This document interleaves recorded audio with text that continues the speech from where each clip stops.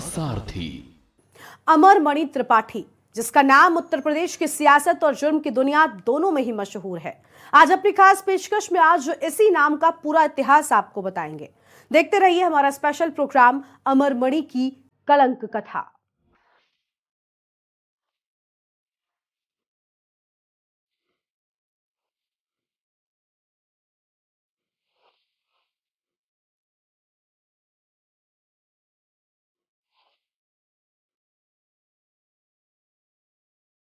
कवित्री मधुमिता हत्याकांड में उम्र कैद की सजा काट रहे पूर्वांचल के कद्दावर नेता व पूर्व मंत्री अमरमणि त्रिपाठी और उनकी पत्नी मधुमणि को रिहाई शुक्रवार की देर शाम हो गई।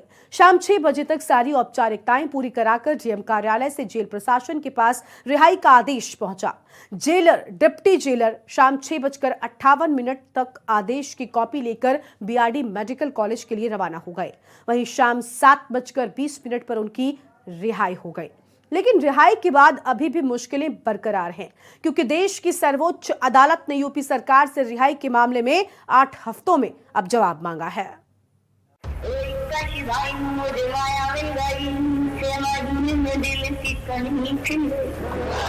पूर्व मंत्री और यूपी की चर्चित कवित्री मधुमिता शुक्ला हत्याकांड में सजायाफ्ता पूर्वांचल की बाहुबली अमरमणि त्रिपाठी और उनकी पत्नी मधुमणि जेल से रिहा हो गए। मधुमिता शुक्ला हत्याकांड में उम्र कैद की सजा काट रहे अमरमणि के अच्छे आचरण के चलते समय से पहले रिहाई का आदेश जारी कर दिया गया था। अमरमणि त्रिपाठी 20 साल बाद जेल की सलाखों से बाहर निकले, लेकिन अमरमणि को पूरी राहत मिलना अभी बाकी है। अमरमणि त्रिपाठी का नाम यूपी के बाहुबली नेताओं में आता है। एक समय था जब पूर्वी यूपी में उनका खासा रसूख था। यूपी की राजनीति में वो कभी सपा तो कभी बसपा और कमल के फूल के साथ रहकर सत्ता का सुख भोगते रहे। लेकिन मधुमिता हत्याकांड के बाद उनके सितारे गर्दिश में चले गए। अब 20 साल के बाद एक बार फिर ये नाम चर्चा में है और इस पर यूपी की सियासत भी गरमाई हुई है। अमरमणि भले ही जेल से रिहा हो गए हों, लेकिन मुश्किलें अभी कम नहीं हुई है। अमरमणि त्रिपाठी का रिहाई का मामला सुप्रीम कोर्ट में है, जिस पर यूपी सरकार से 8 हफ्ते में जवाब मांगा गया है। ऐसा सवाल यही है कि 8 हफ्ते बाद फिर अमरमणि जेल की सलाखों के पीछे जा सकते हैं।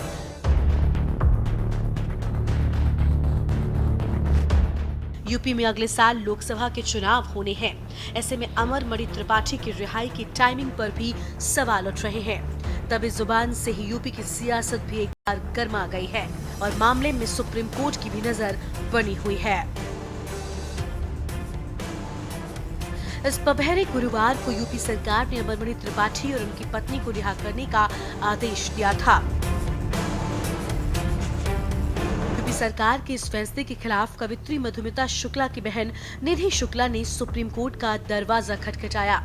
निधि शुक्ला की याचिका पर जस्टिस अनिरुद्ध बोस की कोर्ट में शुक्रवार को सुनवाई हुई, जिसके बाद जस्टिस अनिरुद्ध बोस ने यूपी सरकार को नोटिस जारी कर जवाब तलब कर लिया, लेकिन सुप्रीम कोर्ट ने रिहाई पर रोक लगाने से इनकार कर दिया।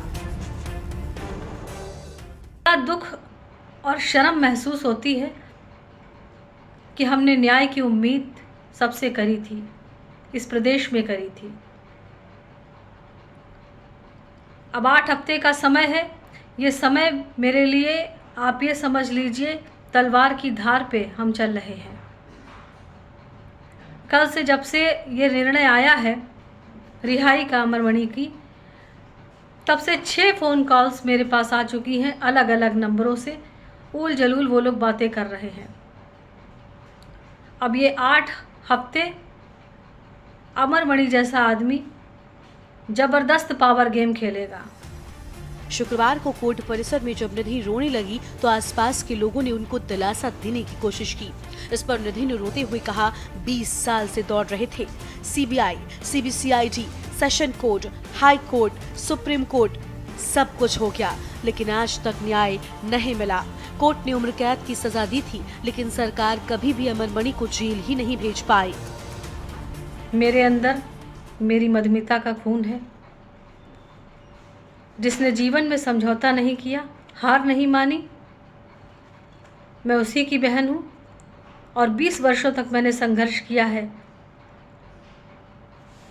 कि 20 वर्षों तक लड़े हम, हारे नहीं हम माफिया से, देश हारा, न्याय हारा, राजनैतिक फातिया से।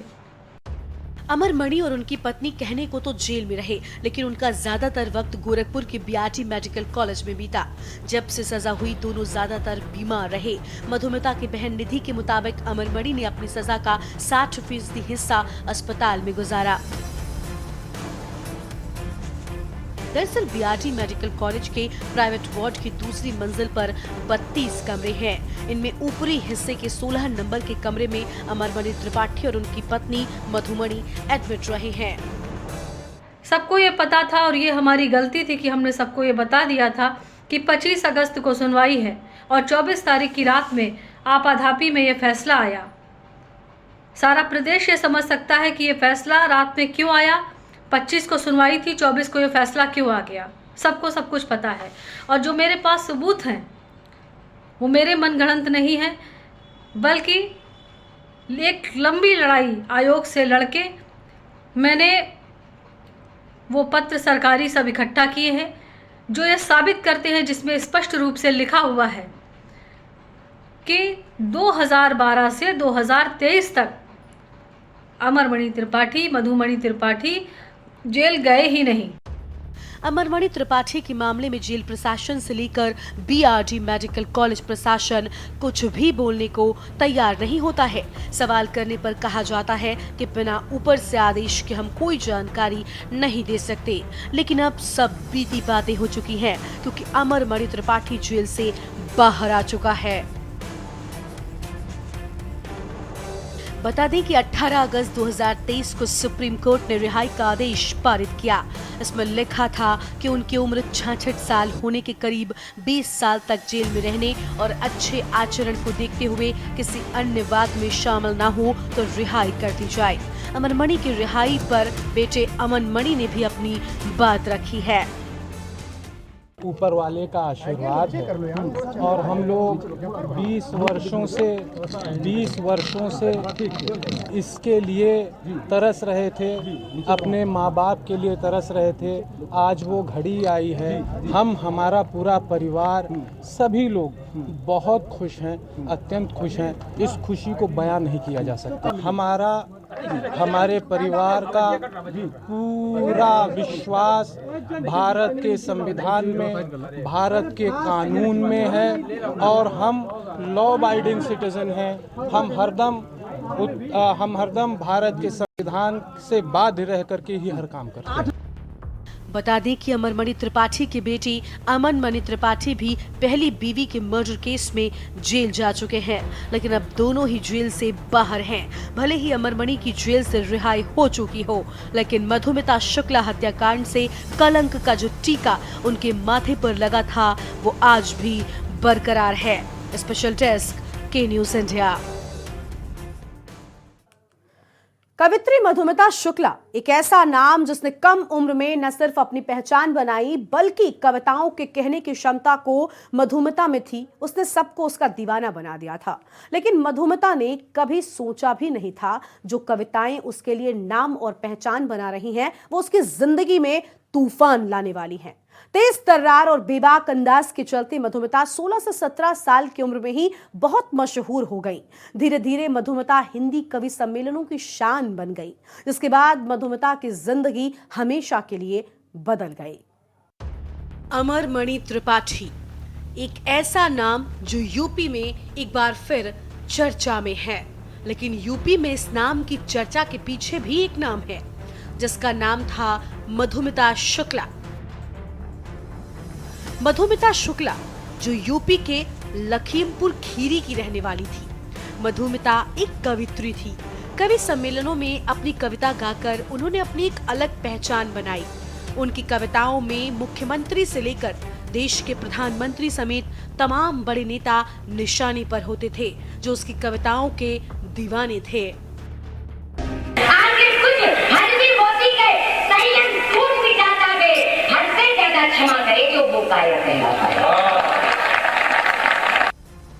तेज तर्रार और बेबाक अंदाज के चलते मधुमिता 16 से 17 साल की उम्र में ही बहुत मशहूर हो गई थी। धीरे धीरे मधुमिता हिंदी कवि सम्मेलनों की शान बन गई। बढ़ती प्रसिद्धि के साथ उनका बड़े बड़े नेताओं, रसूखदार लोगों से मिलना जुलना भी शुरू हो गया। इस दौरान उनकी मुलाकात अमरमणि त्रिपाठी से हो गई, जिसके बाद मधुमिता की जिंदगी ऐसी उलझी जो कभी सुलझ नहीं सकी। मधुमिता शुक्ला कवि सम्मेलनों में जाती थी, वीर रस की कविताएं पढ़ती थी। कवि के तौर पर मधुमिता का कोई बड़ा नाम नहीं था। इसी दरमियान मधुमिता का संपर्क अमरमणि से हुआ। वो अमरमणि के संपर्क में जैसे ही आई, उसकी पहचान बढ़ने लगी। मंच पर भी मधुमिता को तवज्जो मिलने लगी। सत्ता और पावर की नजदीकी ने उसे ताकतवर बना दिया। अमरमणि की नजदीकी मधुमिता को रास आने लगी। दोनों का ये रिश्ता प्रेम में बदल गया। बताया जाता है कि मधुमिता अक्सर अमरमणि के घर जाती थी। उनकी मां को मधुमिता की कविताएं बहुत पसंद थीं। मधुमिता के अमरमणि की मां और उनकी पत्नी से भी अच्छे संबंध थे। धीरे धीरे दोनों में नजदीकियां बढ़ती गई और शादीशुदा अमरमणि 24 साल की कवित्री पर अपना दिल हार बैठे। समय के साथ साथ दोनों के रिश्ते के बारे में उनके परिवार वालों को भी पता चल गया। दोनों के बीच शारीरिक संबंध बन गए। इसी दौरान मधुमिता गर्भवती हो गई। कहा जाता है कि मधुमिता अमरमणि पर शादी का दबाव डाल रही थी। ये बात जब अमरमणि की पत्नी मधुमिता को पता चली तो उन्हें नागवार गुजरी। उन्होंने मधुमिता को कई दफे समझाने की कोशिश की, लेकिन उन्होंने किसी की नहीं सुनी। मधुमिता शुक्ला का 2 बार अबॉर्शन कराया जा चुका था। तीसरी बार जब वो प्रेग्नेंट हुई तो उसने अबॉर्शन से मना कर दिया। वो इस बार बच्चे को जन्म देना चाहती थी। अमरमणि इस रिश्ते को स्वीकार करने की मूड में नहीं थी। वो मधुमिता को किसी भी स्थिति में अबॉर्शन के लिए राजी नहीं हो रही थी। देखते ही देखते मधुमिता की प्रेगनेंसी 7वें महीने में पहुंच गई थी। मधुमिता किसी भी स्थिति में अबॉर्शन को राजी नहीं थी, लेकिन मधुमिता पर अबॉर्शन का दबाव बनाया जाने लगा। इसी दौरान 9 मई 2003 को गर्भवती मधुमिता शुक्ला की गोली मारकर हत्या कर दी गई। लखनऊ के निशादगंज स्थित पेपर मिल कॉलोनी में मधुमिता शुक्ला के घर में घुसकर उन्हें गोली मारी गई थी। हत्याकांड में शूटर्स के रूप में संतोष रॉय, भतीजे रोहित मणि त्रिपाठी और पवन पांडे का नाम सामने आया। इसके अलावा अमरमणि त्रिपाठी और अमरमणि त्रिपाठी को भी ऐसा नाम जो यूपी में एक बार फिर चर्चा में है। अमरमणि की जिंदगी में इस नाम की चर्चा के पीछे भी एक नाम सब कुछ जिसका नाम था मधुमिता शुक्ला। मधुमिता शुक्ला जो यूपी के लखीमपुर खीरी की रहने वाली थी। मधुमिता एक कवित्री थी। कवि सम्मेलनों में अपनी कविता गाकर उन्होंने अपनी एक अलग पहचान बनाई। उनकी कविताओं में मुख्यमंत्री से लेकर देश के प्रधानमंत्री समेत तमाम बड़े का सारथी।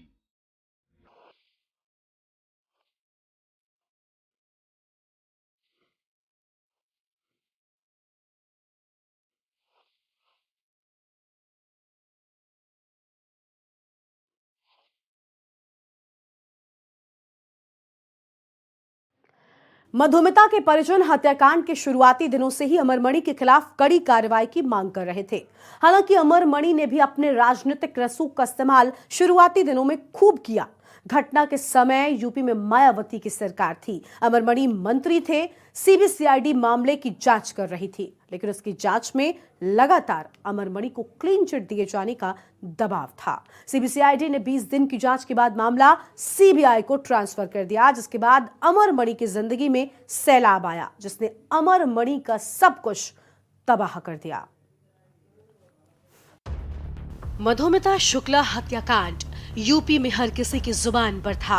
मधुमिता शुक्ला की हत्या राजनीतिक मुद्दे के साथ एक ऐसा केस बन चुका था जिसने हर किसी को सोचने पर मजबूर कर दिया कि आखिर मधुमिता शुक्ला हत्याकांड के पीछे का मास्टरमाइंड कौन है।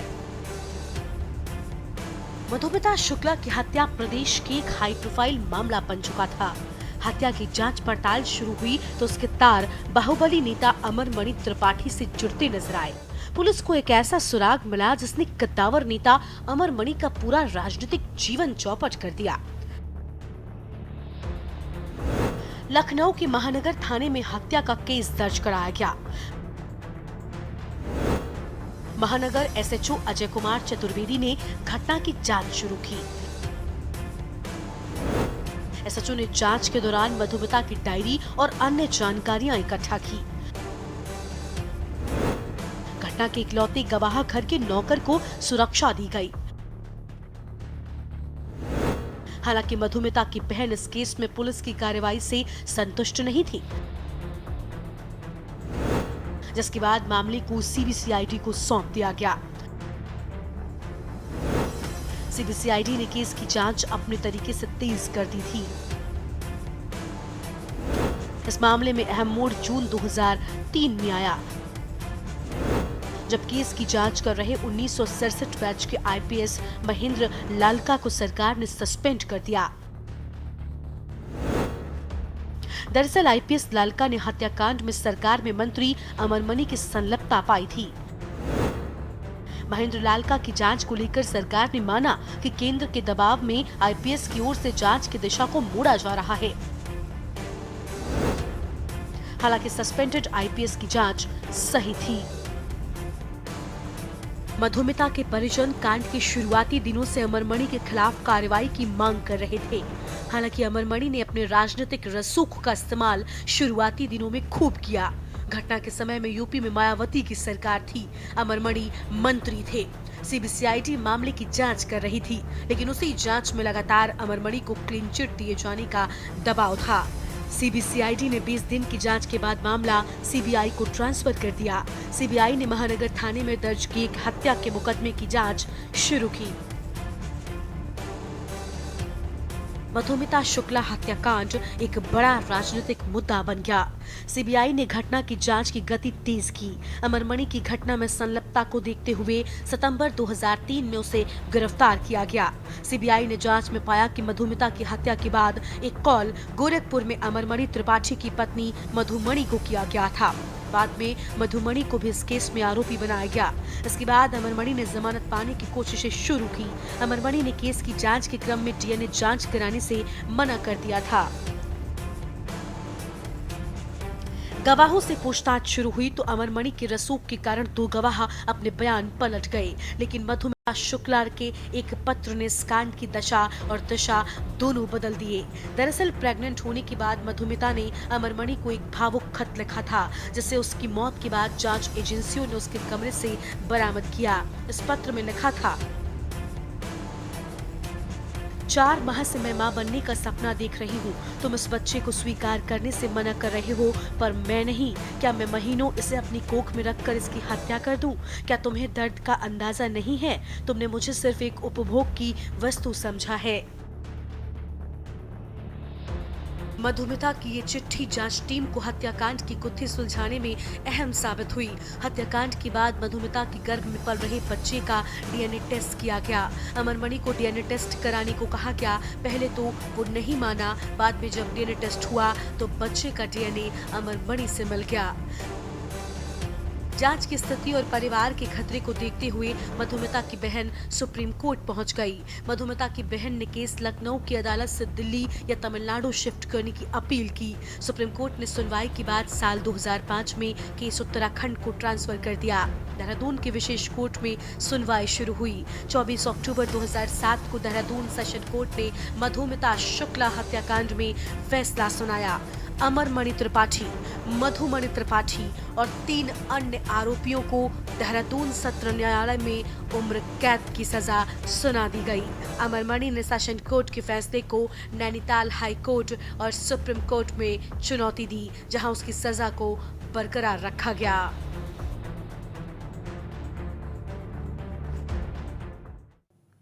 एक वक्त था जब यूपी में अमरमणि त्रिपाठी के नाम की तूती बोलती थी। अमरमणि त्रिपाठी का नाम यूपी के बाहुबली नेताओं में आता है। एक समय ऐसा था जब पूर्वी यूपी में उनका खासा रसूख था। यूपी की राजनीति में वो कभी सपा तो कभी बसपा और कभी कमल के फूल के साथ रहकर सत्ता का सुख भोगते रहे। लेकिन मधुमिता हत्याकांड के बाद उनके सितारे गर्दिश में जाते रहे। अमरमणि त्रिपाठी ने अपनी राजनीति की शुरुआत भारतीय कम्युनिस्ट पार्टी से की, लेकिन इसके बाद वो कांग्रेस के साथ आ गए। उन्होंने कांग्रेस के बाहुबली नेता हरिशंकर तिवारी का अपना राजनीतिक गुरु बनाया और उनसे राजनीति के गुर सीखे। राजनीति में आने से पहले ही वो अपराध की दुनिया में एंट्री कर चुके थे। उन पर हत्या, लूट और मारपीट जैसे कई मामले दर्ज थे। कुछ ही समय में अमरमणि त्रिपाठी ने पूरे इलाके पर दबदबा कायम कर लिया था। अमरमणि त्रिपाठी ने साल 1996 में पहली बार महाराजगंज की नौतनवा विधानसभा सीट से कांग्रेस के टिकट से चुनाव लड़ा और जीत हासिल की और इसके बाद वो लगातार 4 बार इस सीट से विधायक रहे। 1997 में वो कांग्रेस को छोड़कर लोकतांत्रिक कांग्रेस पार्टी में शामिल हो गए और फिर कल्याण सिंह की सरकार में मंत्री बन गए। साल 2001 में बस्ती के एक बिजनेसमैन के बेटे के अपहरण मामले में उनका नाम आया तो बीजेपी ने उनसे किनारा कर लिया। साल 2002 में अमरमणि त्रिपाठी बसपा के साथ आ गए और उन्हें नौतनवा सीट से ही फिर टिकट मिल गया और इस सीट का ज्यादातर ब्राह्मण मतदाताओं की संख्या होने का उन्हें फायदा मिला और वो चुनाव जीत गए। 2002 में मायावती की सरकार बनाने में उन्होंने अहम भूमिका निभाई, लेकिन 2003 में वो समाजवादी पार्टी के साथ आ गए और मायावती की सरकार गिरवा दी। माना जाता है कि इसमें अमरमणि का हाथ था और इसके बाद राज्य में मुलायम सिंह सरकार बनी और उन्हें कैबिनेट मंत्री बनाया गया। साल 2003 में काव्यत्री मधुमिता शुक्ला हत्याकांड के बाद उनके जीवन में ऐसा भूचाल आया कि वो उससे उबर नहीं सके। मधुमिता की गोली मारकर हत्या कर दी गई थी। जांच में पता चला कि वो उस समय गर्भवती थी। डीएनए जांच में बच्चे के पिता के तौर पर अमरमणि त्रिपाठी का नाम सामने आया। साल 2007 में उन्हें इस मामले में दोषी पाया गया और अदालत ने उन्हें आजीवन कैद की सजा सुनाई। जेल में रहकर उन्होंने अपने बेटे अमरमणि त्रिपाठी को भी विधायक बनाया। कई बार उन पर जेल से ज्यादा अस्पताल में समय बिताने का आरोप लगा। अमरमणि त्रिपाठी जेल में भले ही रहे पर क्षेत्र में उनका दबदबा कभी कम नहीं हुआ। अमरमणि जेल में भी रहने के बाद चुनाव जीते। इतना ही नहीं, उनके बेटे अमरमणि को भी यहाँ की जनता ने भरपूर सहयोग दिया। इसकी सबसे बड़ी वजह यही रही कि खुद अमरमणि और उनका परिवार हमेशा यहाँ की जनता के सहयोग के लिए तत्पर रहता था। हर स्थिति में जनता के बीच मौजूद रहना अमरमणि की सबसे बड़ी विशेषता रही। गोरखपुर में छात्र राजनीति के वर्चस्व की जंग से उपजे अमरमणि त्रिपाठी की राजनीति का अस्त एक महिला की हत्याकांड में संलिप्तता के कारण हुआ। 9 मई 2003 को लखीमपुर खीरी की 24 साल की कवयित्री मधुमिता शुक्ला की हत्या कर दी गई। मधुमिता के लखनऊ के पेपर मिल कॉलोनी स्थित घर में उस दिन 2 बंदूकधारी घुसे थे। दोनों ने मधुमिता को गोली मारकर मौत के घाट उतार दिया था। हत्याकांड की गूंज पूरे उत्तर प्रदेश में फैली। मुलायम सिंह यादव सरकार में मंत्री अमरमणि त्रिपाठी पर शक की सुई गई, लेकिन एक मंत्री पर कोई हाथ डालने को तैयार नहीं था। केंद्र में चल रही अटल बिहारी वाजपेयी सरकार की भी इस घटना पर नजर थी। दरअसल इस घटना से 2 साल पहले बस्ती के कारोबारी के 15 साल के बेटे के अपहरण केस में अमरमणि का नाम सामने आया था। राहुल नाम के बच्चे का अपहरण कर अमरमणि के बंगले में रखा गया था। मामला सामने आने के बाद तत्कालीन सीएम राजनाथ सिंह ने अमरमणि को मंत्रिमंडल से बाहर किया। कवयित्री मधुमिता शुक्ला हत्याकांड ने अमरमणि की राजनीति पर बड़ा दाग लगाया, जिसके चलते 20 सालों तक जेल में रहना पड़ा और राजनीतिक करियर में भी ब्रेक लग गया। विनीत शर्मा, स्पेशल डेस्क, के न्यूज इंडिया। हमारे इस खास कार्यक्रम में बस इतना ही। आप देखते रहिए के न्यूज इंडिया।